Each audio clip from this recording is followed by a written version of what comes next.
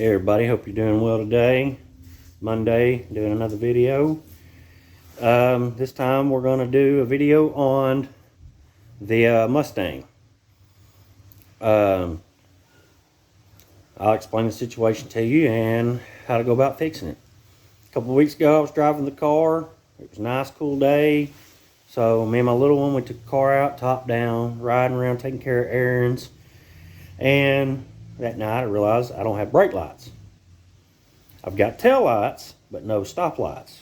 All my lights work, everything like that, but the brake lights themselves didn't work.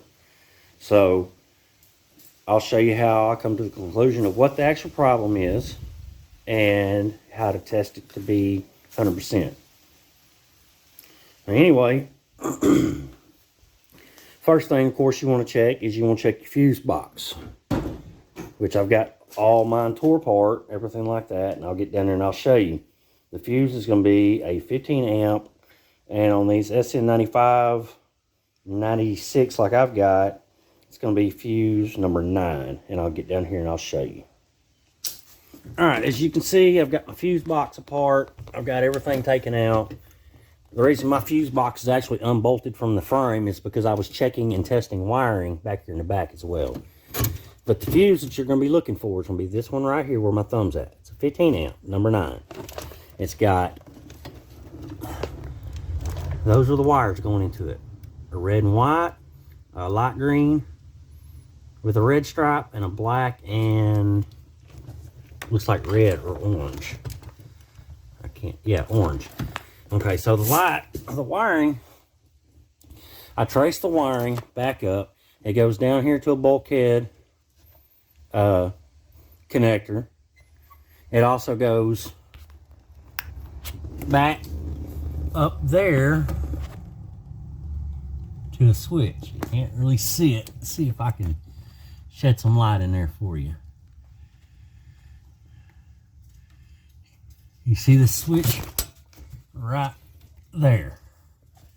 Well, I wasn't getting power on that switch.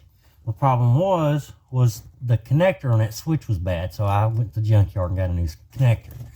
Now to test this switch, what you'll do is you'll find your ground and get a test light, and you'll touch one of these prongs, which I believe it's this one here, and it'll light up if it's getting power. And then you push the brake pedal and touch the other one, and it should light up if it's getting power. I don't know if I'll be able to set you up enough to see that. Give me a second and I'll see if I can't do that for you. Alright, I've got you under there, and I'm trying to do this best I can using the camera. Alright, you see I've got power there. And watch when I hit the brake switch. Brake light goes off. It's hard to get under there and see.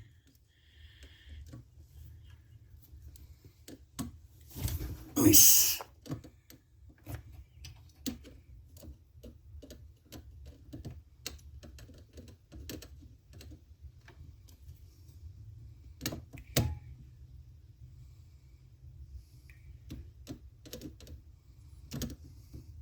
Alright, yeah, okay, I'm sorry, it's the top one.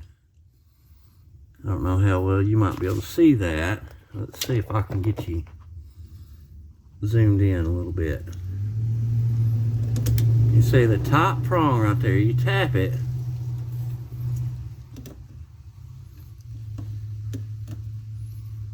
And you get brakes. Let off.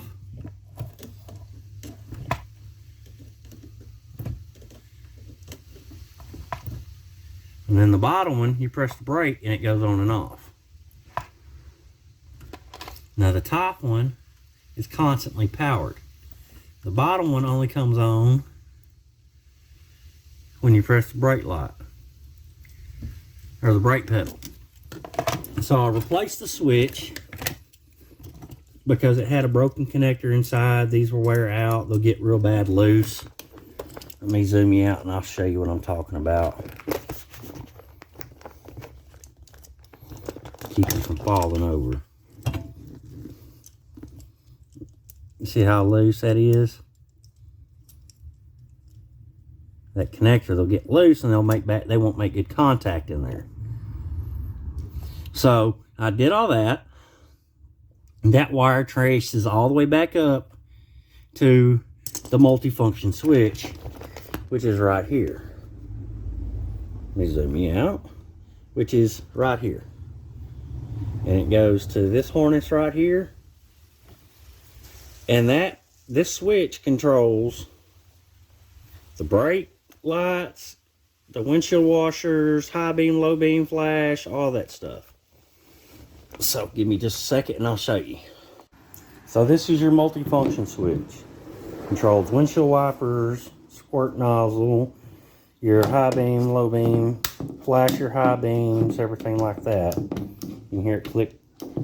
Controls your emergency hazards, everything like that. Well, to test this, you're going to need a multimeter and the schematic, which I'll get the schematics and I'll lay it up here and I'll show you what you can test. And give me just a second and I'll get all that out. Alright, before I go ahead and show you the schematics and all that, let me go ahead and show you how you actually have to remove that. First, there'll be a plastic cover right here, and it'll be a couple of 8mm screws like this. You'll take them out, and then there'll be a metal plate right here, a crash plate. It'll be 2 more of those screws, like one's right here that I left in for a ground. You'll remove those, and all that'll pop out of the place. And then your plastic clamshell, which goes right here, the plastic parts, there'll be 4, I believe it was 4 Phillips head screws. And of course you'll have to unscrew this piece, grab it with a pair of pliers or something, and just screw it out so you can pull the bottom half out. Now, if you want to go ahead and take the top half off, you're going to have your key. You're going to stick it in your ignition, and I'll show you this. Let me see here. Give me this one.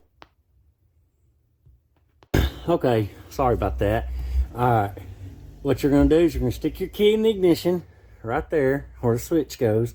Turn the key forward and you'll push in on that with like a screwdriver or a pair of pliers, and the ignition switch will pop out. I'm not going to do it again because I don't have my keys on hand. But that's how you get the ignition switch out. And then when the switch is out, you can pull the top cover off of the clamshell. And then you'll have 2, let me see here, Torx bits that hold the multifunction switch on. They'll screw in, you see that hole there and that there. 2 screws, sorry about the camera.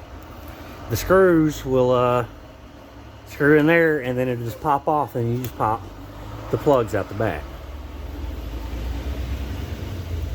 Alright, so what I originally went and did is I went and bought this O'Reilly's, 28 bucks. Well, these books ain't what they used to be as far as wiring schematics go.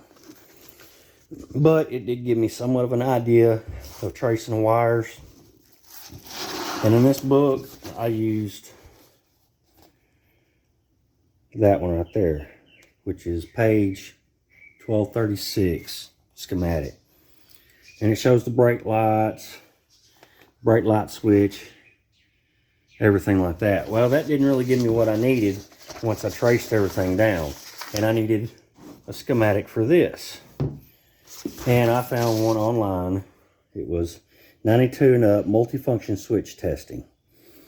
Now to test it, you're going to need a multimeter.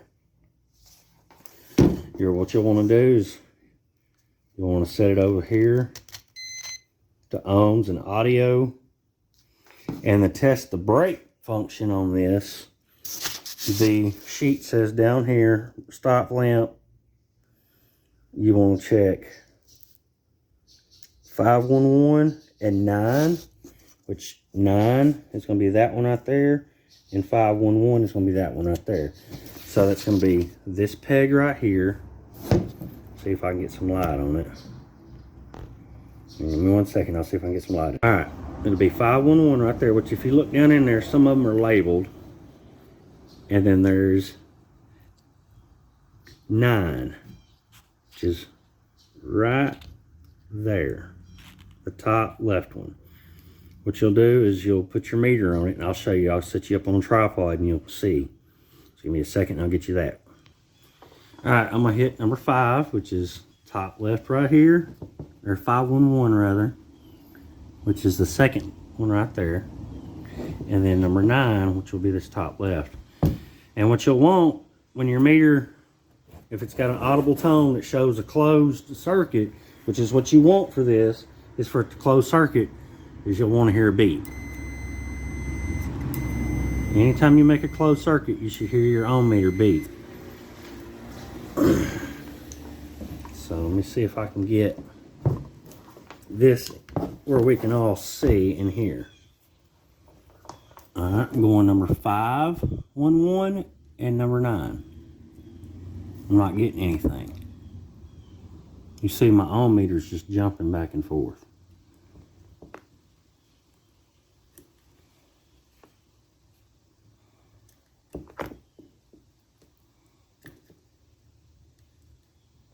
Now I don't even want to jump hardly. I'm not getting anything. You see the meter kind of jump a second. All right, then it says you can also test 511 and number 5. And number 5 is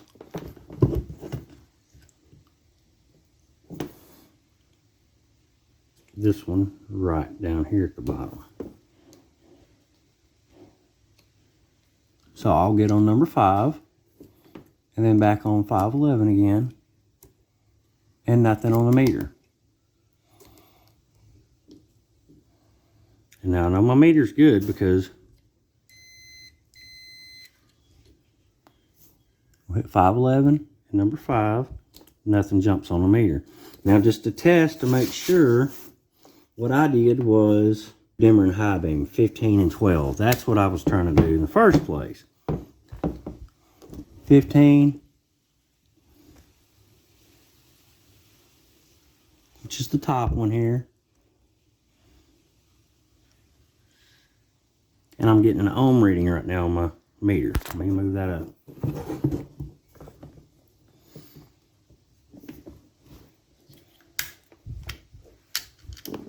Kind of hard to do this and hold the stock at the same time. 15.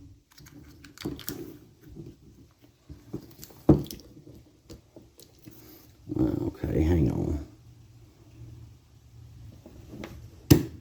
All right, 15, and let me find 12 again.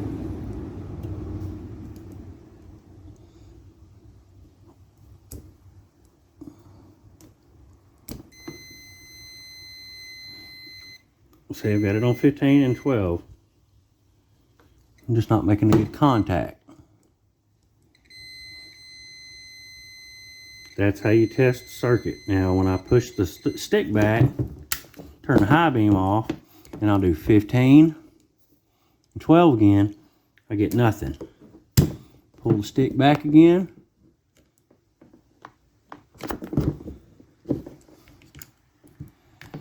$15 and 12, we got continuity again. That's closed circuit. That's what you want to hear. Sorry, my camera ain't doing too well, my hands and whatnot. But that's how I tested it. You just want to get a beep out of it, and then check multiple circuits on here just to verify, you know, that it is the multifunction switch. But as you saw, I connected. It says 511 on the chart to number 9 and number 5. The turn signal to center, no turn, and hazards to off. It gives you the little instructions on how to test it right there, which I'll put a screenshot of the schematic on there. That way you can look at it, and that way you can get a screen grab on it and everything like that. That way, if you need to test it, you'll have it. But once I get the new switch in, I ordered one online, $29, $25, something like that, shipped. Beats compared to O'Reilly's or anywhere else. Had it for 50 to 60 or 60 to 70 bucks plus shipping. So I'll put a link in the description as well to the part that I bought. And hopefully maybe this will help. I'm sorry if the video wasn't all that great because I was trying to fight the meter and the camera. But if you have questions, comments, anything like that, please let me know. And I will, as always, do my best to answer your questions and help out the best I can. I hope you have a great day, and I hope this helps. Have a good one.